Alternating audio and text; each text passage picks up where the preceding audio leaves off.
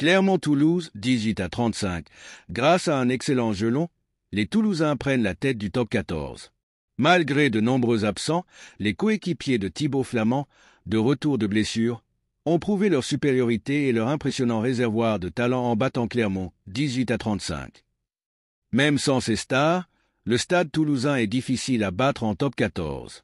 Privé de 10 joueurs, dont Antoine Dupont, Thomas Ramos, Romain Ntamak, François Cros, Pito Movaca ou Alexandre Rouma, retenus avec le 15 de France, les Toulousains ont malgré tout décroché une belle victoire dans le stade Marcel Michelin de Clermont, 18-35, qui a battu un nouveau record de fréquentation pour l'occasion.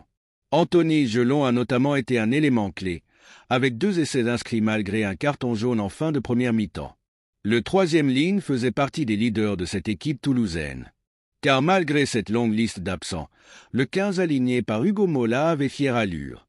Le capitaine Jacques Willis a notamment apporté sa puissance, alors que Thomas Lacombe secouait la première ligne clermontoise. Chez les trois quarts, Lebel, Chocobar, Malia, Delib et Coste ne sont plus à présenter, et ont assumé leur statut de favoris dans ce match. Retour probant pour Flament. L'ASM a pourtant cru pouvoir saisir sa chance. Relancé en fin de première mi-temps par un essai de Fritz Lee, alors que Dimitri Delib et Anthony Gelon avaient déjà marqué côté toulousain, les hommes de Christophe Urios ont réalisé un solide début de deuxième période. L'ancien Toulousain Pierre Fouissac a notamment récompensé les efforts de ses coéquipiers, alors qu'Anthony Bello donnait l'avantage aux Clermontois au pied, 18-17, 56e. Mais le stade toulousain possède un groupe assez incroyable, comme le reconnaît humblement Hugo Mola. Anthony Gelon, qui n'a pas encore joué dans le tournoi Destination, l'a prouvé en inscrivant un doublé à la 61e minute.